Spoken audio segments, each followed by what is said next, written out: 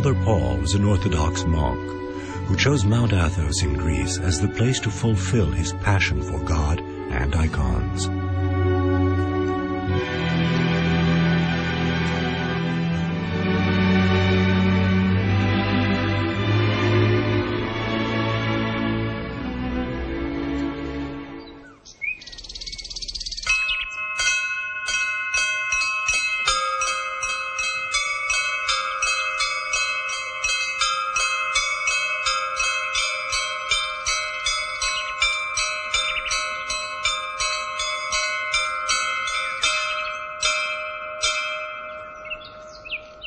Athos, 40 kilometers long and 12 kilometers wide. This unusual peninsula juts out into the Aegean Sea facing Turkey. Athos is a protectorate dating from the 9th century. An era when Byzantine princes gave up their fortunes so that the Orthodox doctrine would not succumb to the spread of Islam.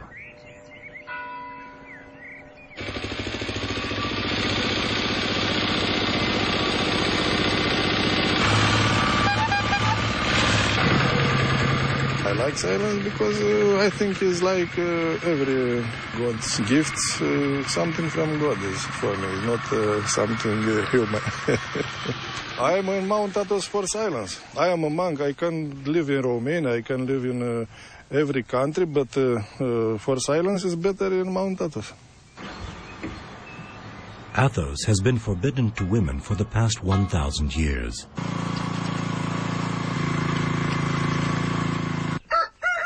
Today it is inhabited by 1,800 monks. Through their spirituality, the monks strive to be completely autonomous to such a degree that they refer to the world outside Athos as the cosmos.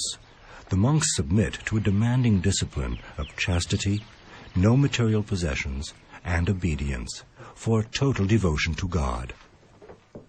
To benefit the community, each monk is assigned a task by a superior.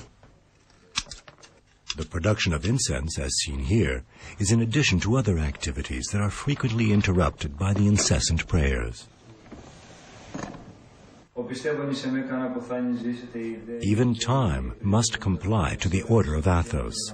Respecting a Byzantine tradition, the monks do not follow the conventions of clocks and calendars.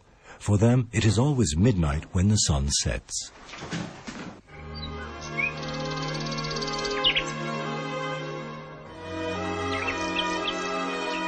The St. Andreas Skitty. Its origins reach back to the 10th century.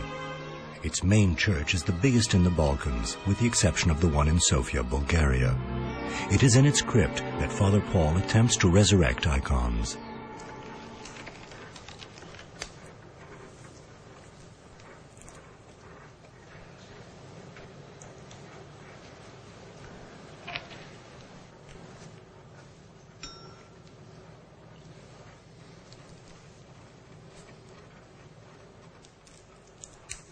On the one side, we are a family of industrialists, and on the other side, a family of artists. My grandfather was a painter. We were a traditional family. What struck me since my childhood was not so much an artistic spirit, but more of a do-it-yourself spirit. I loved antiques. I would go to the flea market. I loved to look for things that I could buy for next to nothing, and then repair them. I loved to work with my hands. I liked the bohemian lifestyle, and with the convictions that I had at the time, a monastic life meant I could combine the two, a desire for an alternative life, and at the same time, a deep religious calling.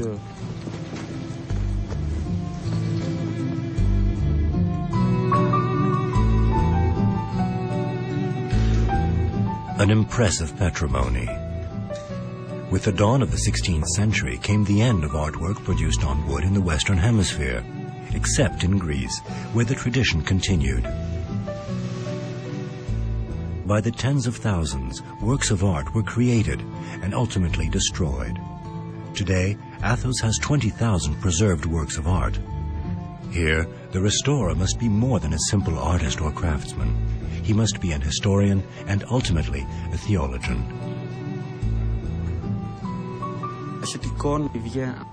This icon comes from the monastery at Yveron, which is one of the most important in Athos. It represents the don mission of the Virgin, that is, what happens at the death of the Virgin, who ascends to heaven. And it's very important to Christians. From an artistic and historical perspective, this is a 16th century icon. But the icon was repainted at the end of the 19th century. It therefore evokes a different message than that which was originally intended for the faithful. We are trying to restore it to its original state. It's our mission to give the true message back to believers. There are a lot of icons which are described as miraculous, that create miracles. But personally, I believe that every icon is a miraculous object, because every icon evokes prayer. The miracle is the approach of the divine towards us. Therefore, icons are objects which facilitate communication with the divine. So that the icons may communicate the history of centuries past, a small fraternity has grown up around them. Father Paul is the igumene, the Father Superior of the Skiti. He guides the renaissance of the sacred objects. This is achieved by consolidating the wood, encrusting the resin, adhering the paint, and touching up the paintings. The different stages require surgical attention and precision. The Greek restoration workshops are revered throughout the world. Students who come here have the privilege of working on the sacred heritage of the Orthodox religion.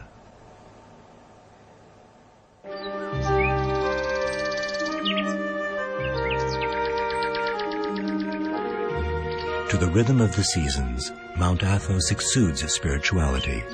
The monks refer to their monastic life here as the University of the Desert. I believe the Skiti is really the land of my dreams. It's the ideal place. Yet unfortunately, in many places the Skiti is a pile of ruins and crumbling walls. Dilapidated structures litter the area. It is but a shadow of the once gigantic monastery, so palatial that it was baptized the Serail, a compound that measured 22,000 square meters and counted some 600 monks. The monastery owed its grandeur to Nicholas II, the last Tsar of Russia and an apostle of the Orthodox religion. The fall of the Tsar signaled the death toll for the St. Andreas Monastery.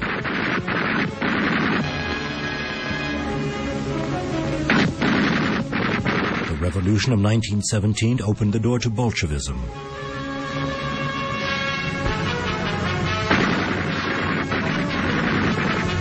The Russian proclivity for the Orthodox religion came to an abrupt halt.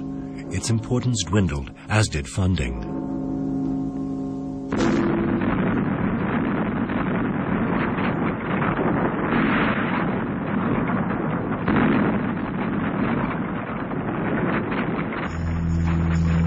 "3,000 kilometers away, Mount Athos was forgotten. The monks abandoned the St. Andreas Skiti for the revolution in Russia. They never returned. On Mount Athos, time came to a halt. The silence that had once been a part of the meantime ritual was now permanent in the cavernous refectory. Only a handful of monks attempted to maintain the prayers in the abandoned Serail. In 1958, the last occupants were confronted with a new challenge, a fire that ravaged any hope for the monastery's survival. This is the building which housed the library of the Skiti, which had almost 20,000 books, among them some very precious Byzantine manuscripts. So the fire practically sounded the death knell for the Skiti, because afterwards the two monks who lived here abandoned the Skiti.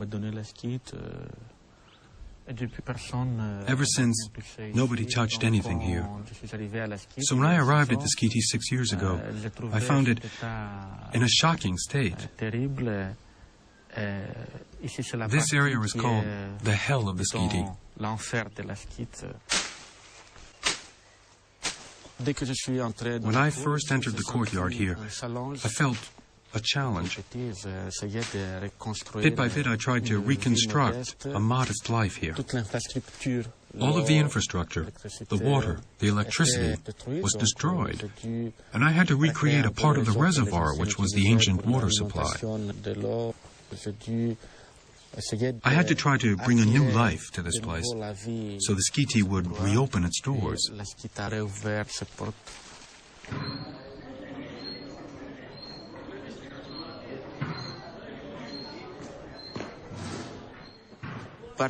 Among the visitors, I found helpers and collaborators, people who came with a spirit of solidarity and who put their skills, small or large, to use.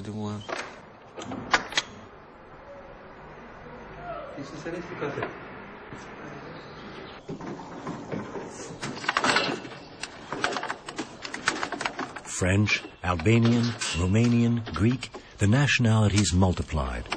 Build and rebuild. United in their faith, their mission became universal.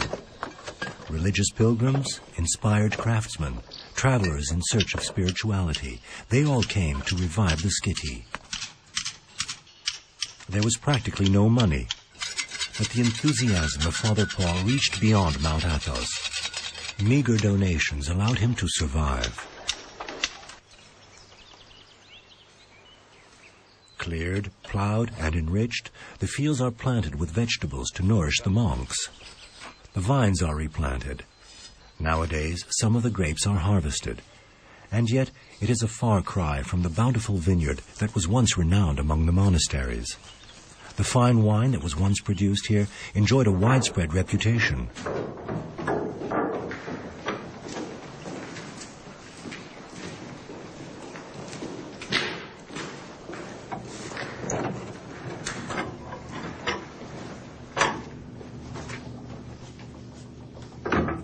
Little remains of the prestigious wine cellar from that golden era.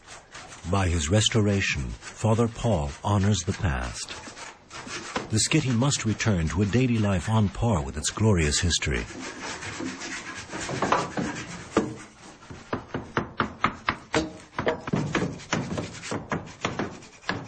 The custodian of this historic and solitary treasure, Father Paul was ultimately joined by his own father and his brother.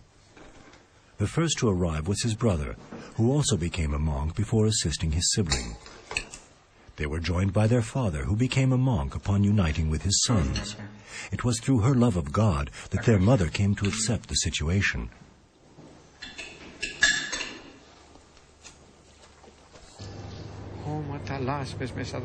The father became Father Andreas. He welcomed the pilgrims who benefited from the legendary hospitality of the monks. Some of the pilgrims make the trip to visit the tomb of a particular monk. Here they are at home. Their room and board is a gift of the monastery. But the length of the visitor's stay on Mount Athos is determined by the religious authorities.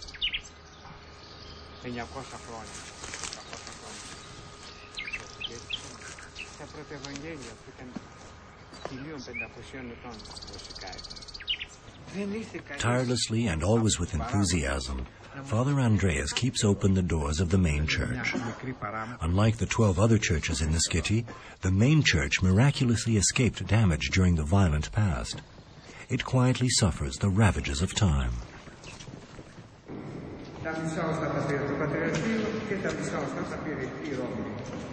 The iconostasis.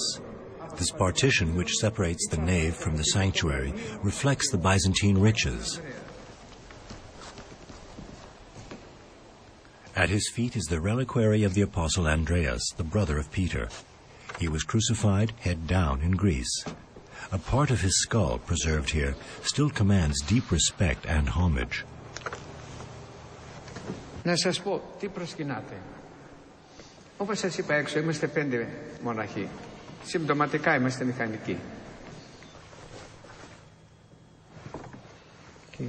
Ελέησον ημάς, Κύριος. Ελέησον ημάς, Κύριος. Ελέησον ημάς.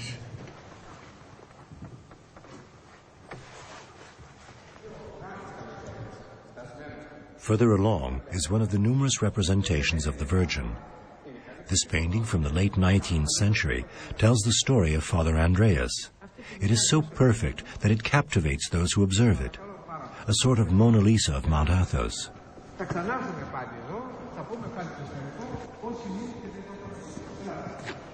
It's not only the eyes, it's the whole icon turns to the place you are going.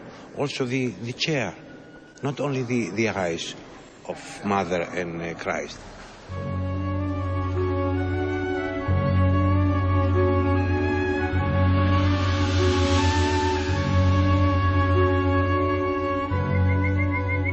The history of this peninsula, accessible only by sea, remains a mystery.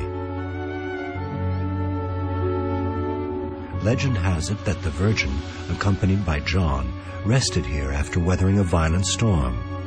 This peaceful place became a garden of the Virgin. The early Orthodox priests came here starting in the 7th century.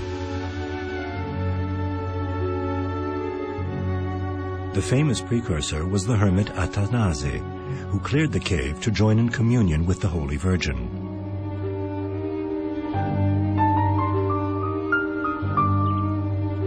Later, he established the foundations of the first monastery on Mount Athos. It was called the Grand Lavra. It is the year 963, a time when Mount Athos would assume enormous importance. This veritable Orthodox state within Greece is accessible only with a visa. Its government is seated at the capital city of Karies. It consists of 20 elected members who congregate twice a year to manage the spiritual community. 20 members represent the 20 monasteries of Athos. Each monastery remains autonomous. Regardless of whether it is Russian, Bulgarian, Greek, or Serbian, the monastery constitutes a territory upon which sit secondary monasteries called skyties. There are also farms called kelias, and temples of total isolation called hermitages. The St. Andreas Skitty is situated on the northeast part of the peninsula. Although resolutely focused on the future, Father Paul does value the monastery's grand past.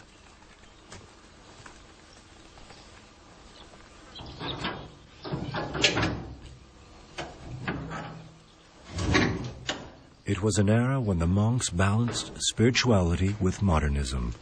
For example, they were among the first to believe in the virtues of photography.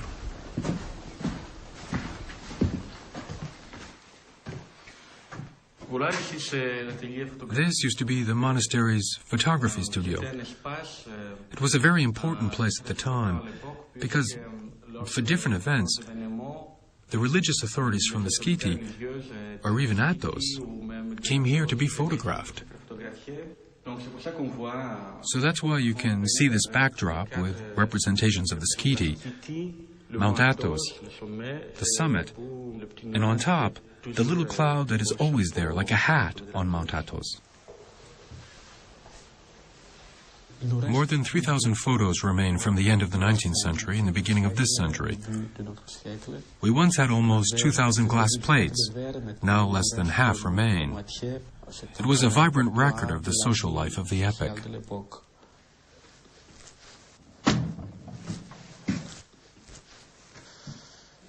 Here is the workroom, or the darkroom. I should say that the first development laboratory at the Skiti dates back to 1865, so that at the time, it was the first darkroom in Greece. Miraculously preserved, objects and packaging from that period bear the signature of the Lumiere brothers. These are the real beginnings of photography. Here inside we can see the darkroom. Off to the right inside behind the red stained glass, that's where they developed the photos. Here is a frame that they used to get a round image.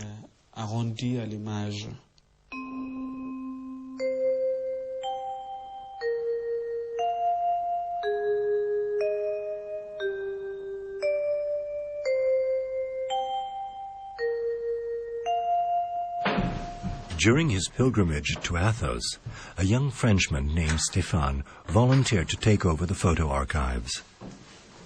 We have between 300 and 400 photos here at the Skitty. I digitalize them, scan them, and then put them onto a CD-ROM.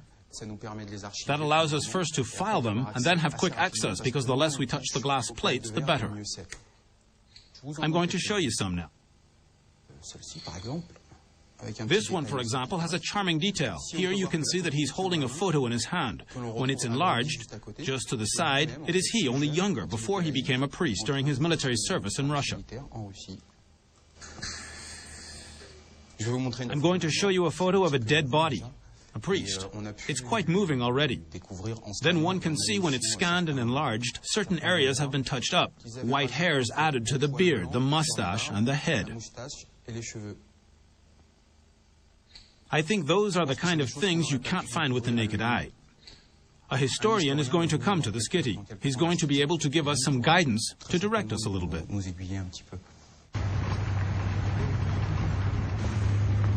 In the meantime, Father Paul continues his mission. Restore the multitude of icons found in this open-air museum of Mount Athos. On this particular day, he is bringing an icon to the Evangelista Skitty. The icon was restored by students.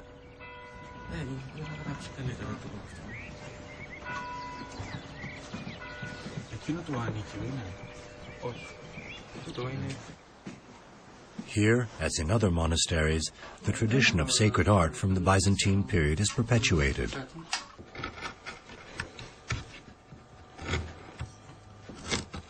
Whether they were painters or sculptors, the monks received no formal art training. It was through experience and the learned advice of their elders that the monks were able to produce the art of their ancestors.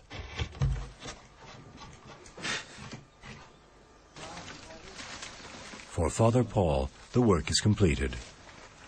The restoration of one icon can take several days, even several months, depending upon the state of disrepair.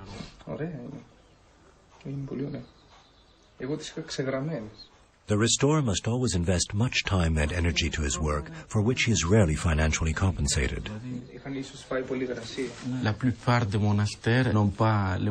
the most part, the monasteries don't have the means to finance repair work, which basically compels us to work for nothing. Which is to say, we do what is necessary to save the icons, and in exchange, the monasteries occasionally give us produce, sometimes wine or fruit. It depends.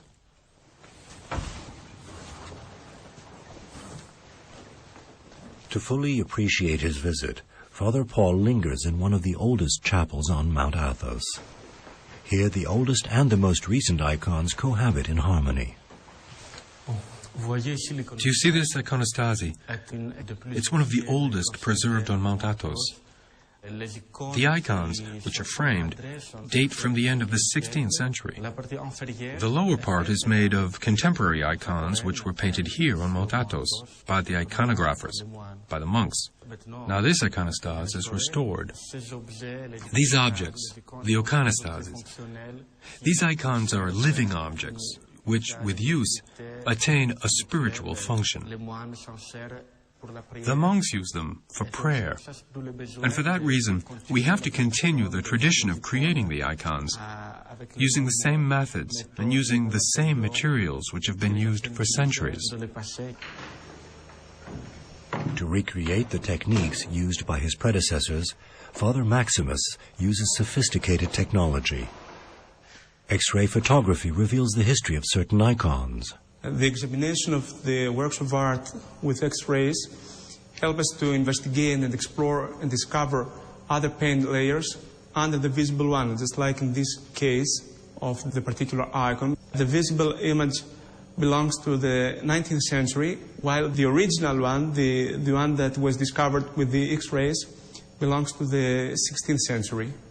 In the visible image, we see the eyes of the Virgin Mary and the head of the Christ, while in the radiogram, the eyes are recorded of the Virgin Mary in this area and the head also. In the visible image, the eyes of the Virgin Mary is depicted, are recorded in this area. The same for the head of the Jesus of the visible image are recorded here, and The head of the original is recorded in this area very clearly.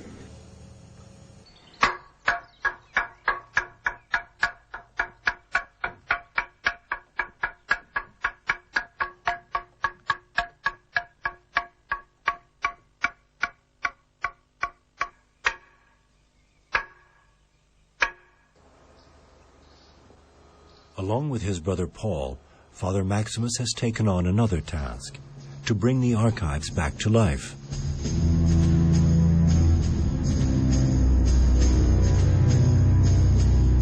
Among this debris which has been scattered over time, they will undoubtedly identify many treasures.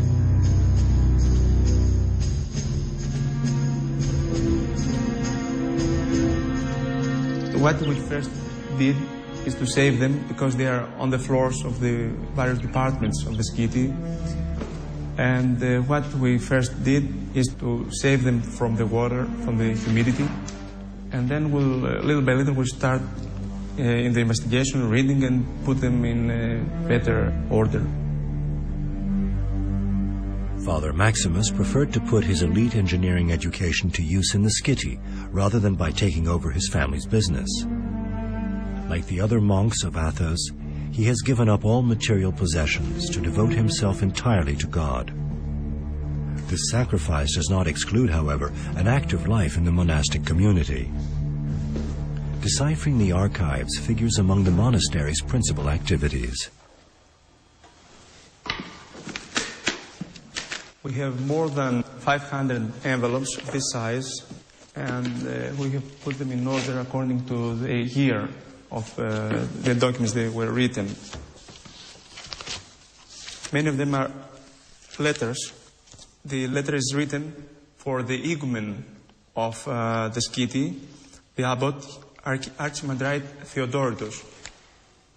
All this paper, together with all the documents here in this library, describe the daily life of the old monks, so we can understand their life, how their services, their program, and their relations with the other monasteries.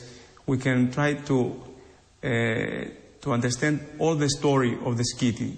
And this is for this reason, all the documents are very important for us, and very important for the history not only of the skitty, but the history of all the Mount Athos.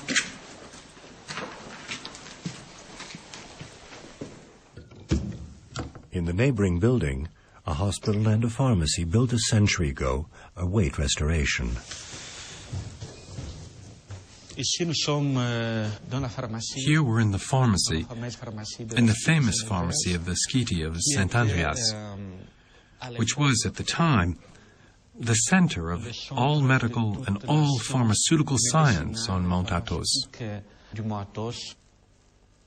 At the time, Mount Athos had a population of nearly 7,000 monks. It was a place where they could combine the modern science of the era and a tradition which dated back 1,000 years. At that time, Mount Athos was a world unto itself, independent of the world beyond its shores. Medicine came essentially from plant extracts. The peninsula's lush vegetation consisted of 1,000 different species, of which some were endemic.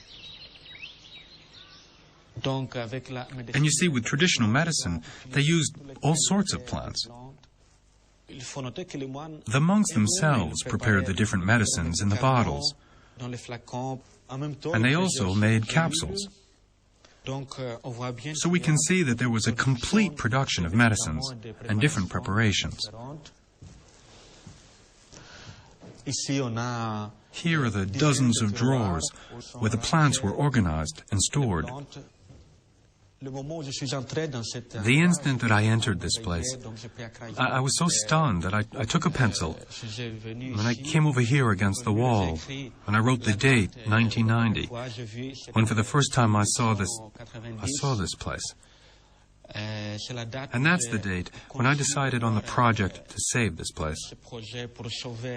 But I'm disappointed to tell you that now we're almost at the year 2000 and we've done next to nothing. You see, it's very important to study all of this, to record all that is left, in order to restore a bit of the science of the time.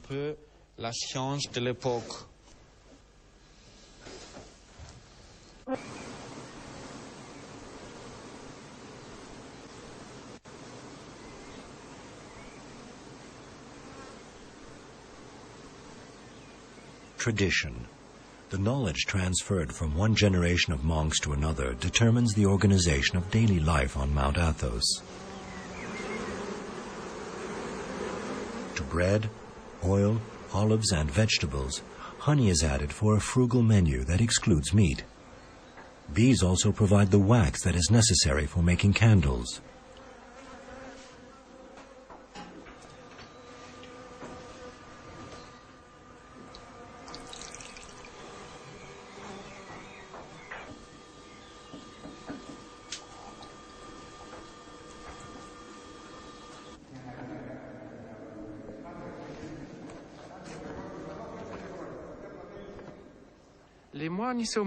The monks here on Mount Athos try to spend 8 hours a day in prayer.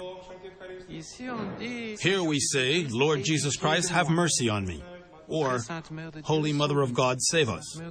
So when the faithful have a rosary, they say their beads. This is an activity that allows for the concentration necessary for the work of a monk.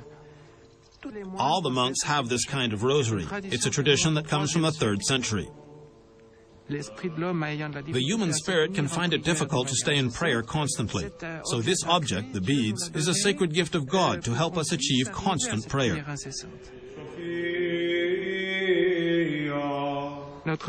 Our first obligation is to be a living icon of Christ.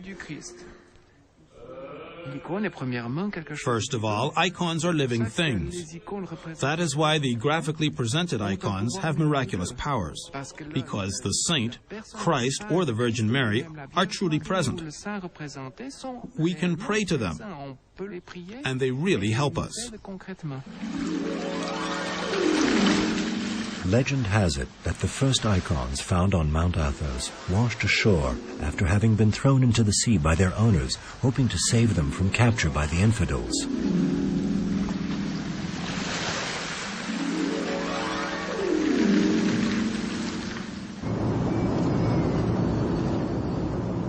There is also talk of certain icons that were not made by man, but rather are of divine origin.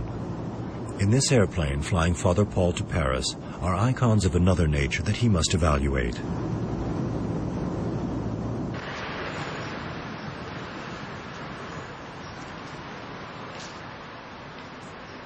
Accompanied by the photographer Carlos Frère, he will visit the Petit Palais. At this museum, he hopes to discover a superb treasure in the form of an exceptional icon collection donated to the city of Paris by a wealthy collector.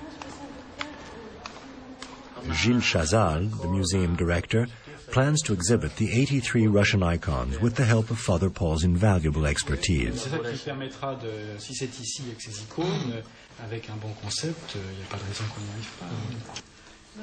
In preparation for this remarkable presentation, the curator, Marie-Christine Boucher, offers a behind-the-scene look at the treasures of the Petit Palais. Among the most prestigious works of art, which are located in a specifically prepared room, are the icons. This is sublime. This is a true icon. It's the Virgin traditionally called Relicophilus, she who kisses Christ. Oui. It is a very, very beautiful painting. That is the art of the 17th century from Corfu. In the composition, there are elements introduced by Western art of the time. One can see certain parts which are in the Byzantine style, and others which follow a Western style. But you do things that I wouldn't dare do, that I certainly wouldn't let anyone else do. You can touch the icons. It's the privilege of the artist and the restorer. Me, I believe the icons are made to evoke devotion, the love of humanity. So we touch icons, we kiss them. That gives them life. That's true, but as a museum curator, I have a body of work to preserve, such as it is. Even I don't dare to touch them. You have to dare.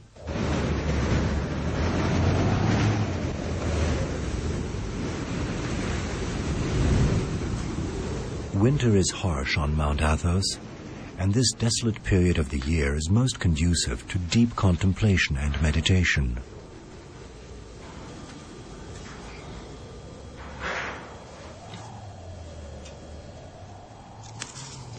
There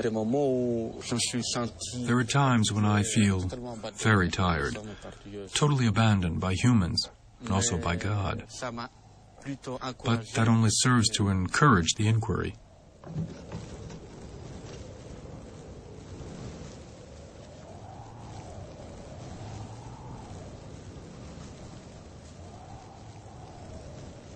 It is not the body that is dominant, it is the spirit that dominates the body. The winter is the time when it's really difficult place to live, because your needs increase. It's cold, there's no light. You feel alone, there aren't visitors.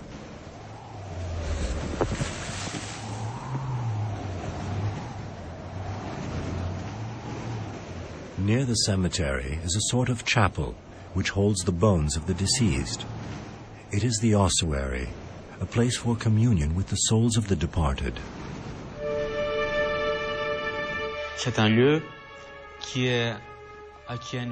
This is a very important place in the life of every monastery, because in the Orthodox tradition, we show a particular respect for relics, for bones.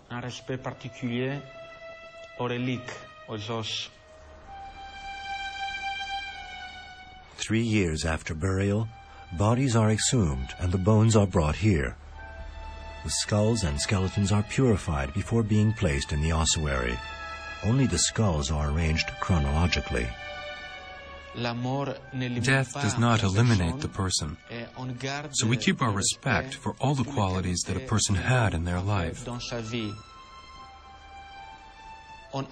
We attribute sanctity to all these skulls and bones because, though God will finally judge, for us, they're still human beings, those who did what they had to do. So we have to render the necessary respect. Each skull is identified and marked with the name of the monk in Chinese ink. The inscription also includes the monk's ministry and the date that he entered the monastery, otherwise known as his spiritual birth. All this is to ensure that he is not forgotten. In this cupboard are kept all the skulls of the igoumen, or the holy men of the Skiti. There are 9 skulls here. That's a short period of life in the Skiti. One can see that in this cupboard they have put a blue glaze on 2 sides, which symbolizes eternity. These holy men did well and lived as they must. Now they are close to the throne of God.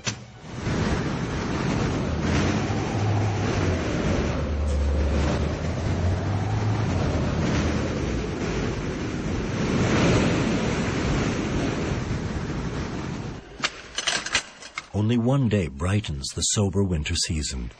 It is the feast day of St. Andreas, the patron saint of the Skiti.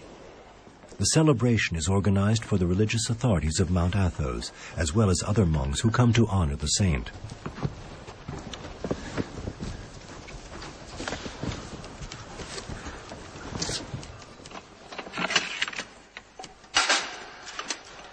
For this occasion, the church, which was built in 1900, must display all its splendor.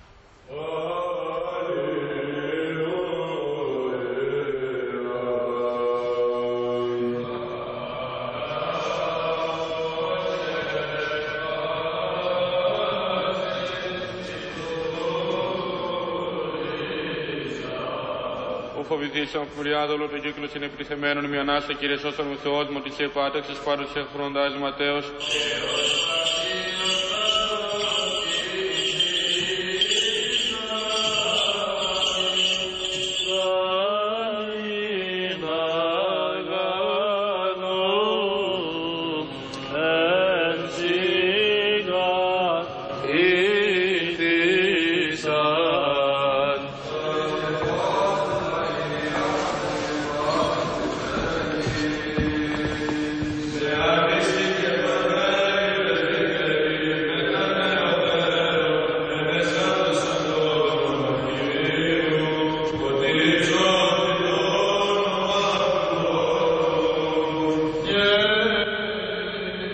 Prayers and chants begin at noon and last for 12 full hours.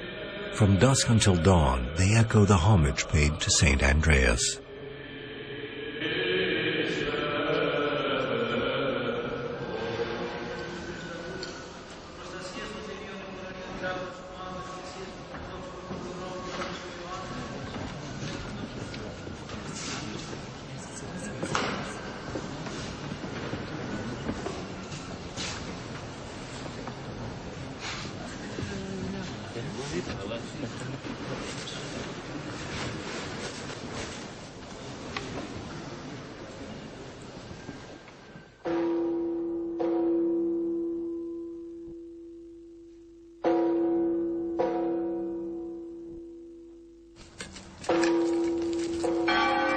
A meal is then prepared.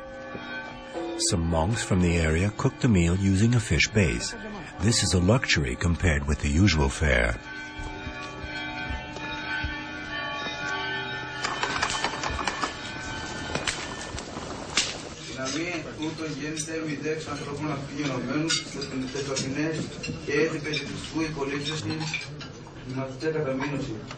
The monks eat in silence while sacred texts are read. The meal lasts barely 15 minutes.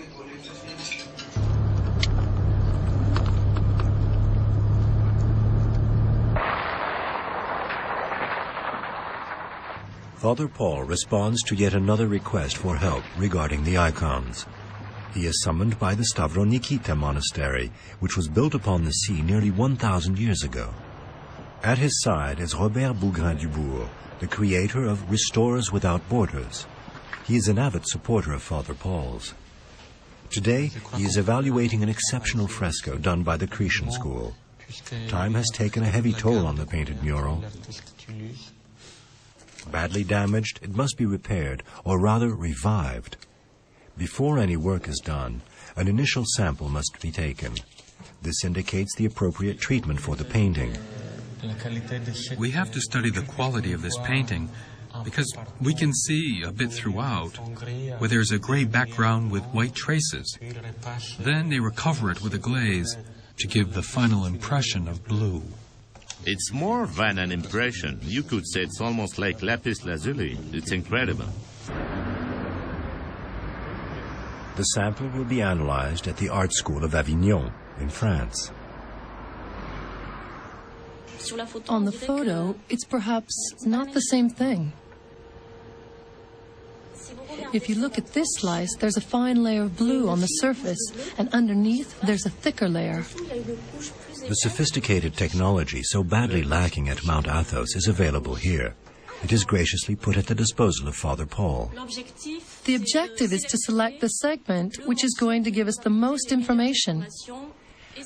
We try to see the number of layers, their thickness in comparison with one and the other, their state of deterioration. A whole lot of elements which could help understand the technique of the painting and help with the restoration or conservation. Nous, on compare l'échantillon avec des standards. Alors voilà la réponse de l'appareil. The Faculty of Science at Avignon also participates in Father Paul's noble cause. Organic chemistry improves the efficiency of the intervention made at Mount Athos. Avec un échantillon de colophane.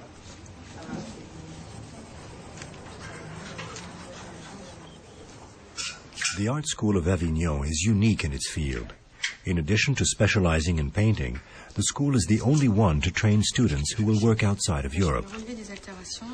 Well, I'm lifting all the alterations off of a painting. It's a painting from 17th century Cambodia. We lift off all the alterations.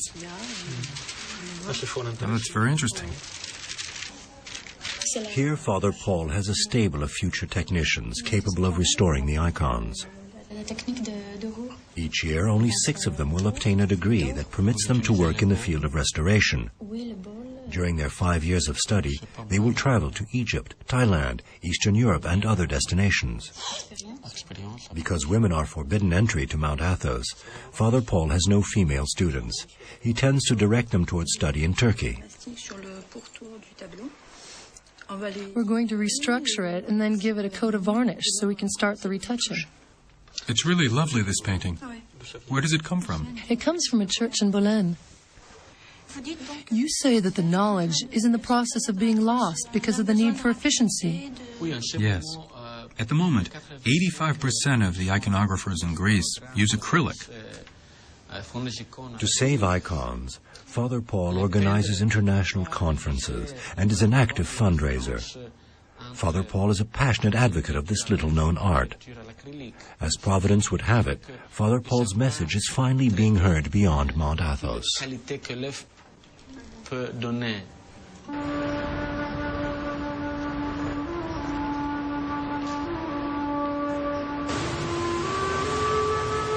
Just a few cable lengths from Istanbul, the Orthodox congregation has preserved a monastery with the tolerance of the Turkish authorities. It is here that teachers and students participate in restoration workshops.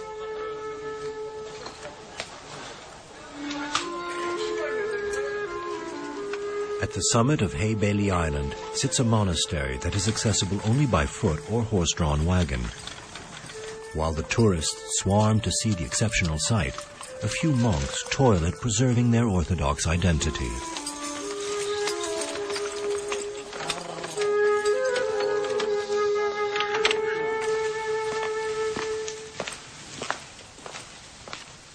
Father Paul has set up his workshop in the principal church at the heart of the monastery.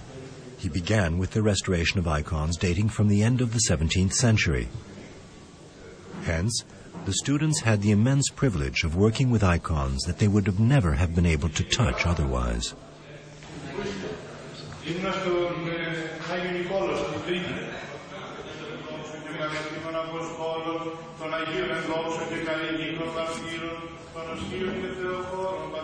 While religious services are celebrated in the church, Father Paul performs painstaking autopsies on the icons. We can remark the presence of this protective coat that the painter intentionally applied on the top of the new-made paint film in order to protect it till the icon is completely dry, and it needed rather 1 year. So during that time they used to put a protective coat from oils or egg glares, and when restored it is practically insoluble in any organic solvent. If we decide to remove it, go on with mechanical means.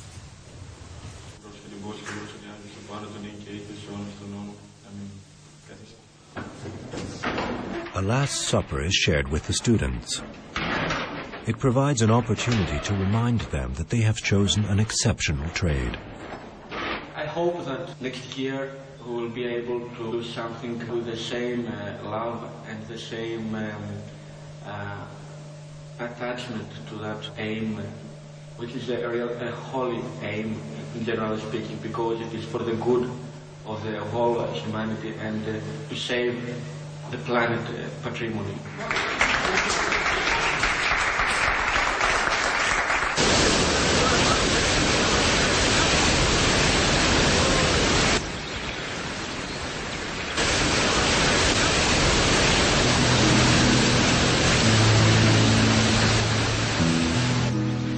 Return to Mount Athos.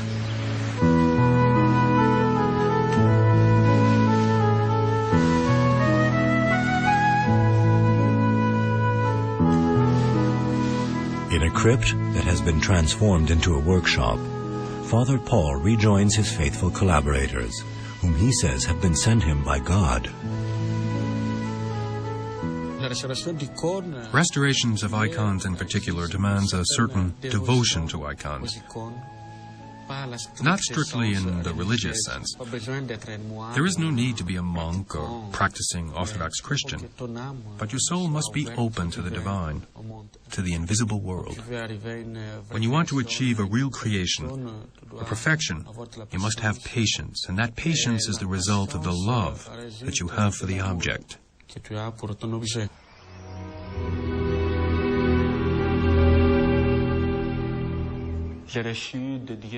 God gave me the talent to restore, to save these holy icons. I have the impression that the moment of death will come when I finish this work. At that point, God will be truly happy with the work that I have done for these holy icons.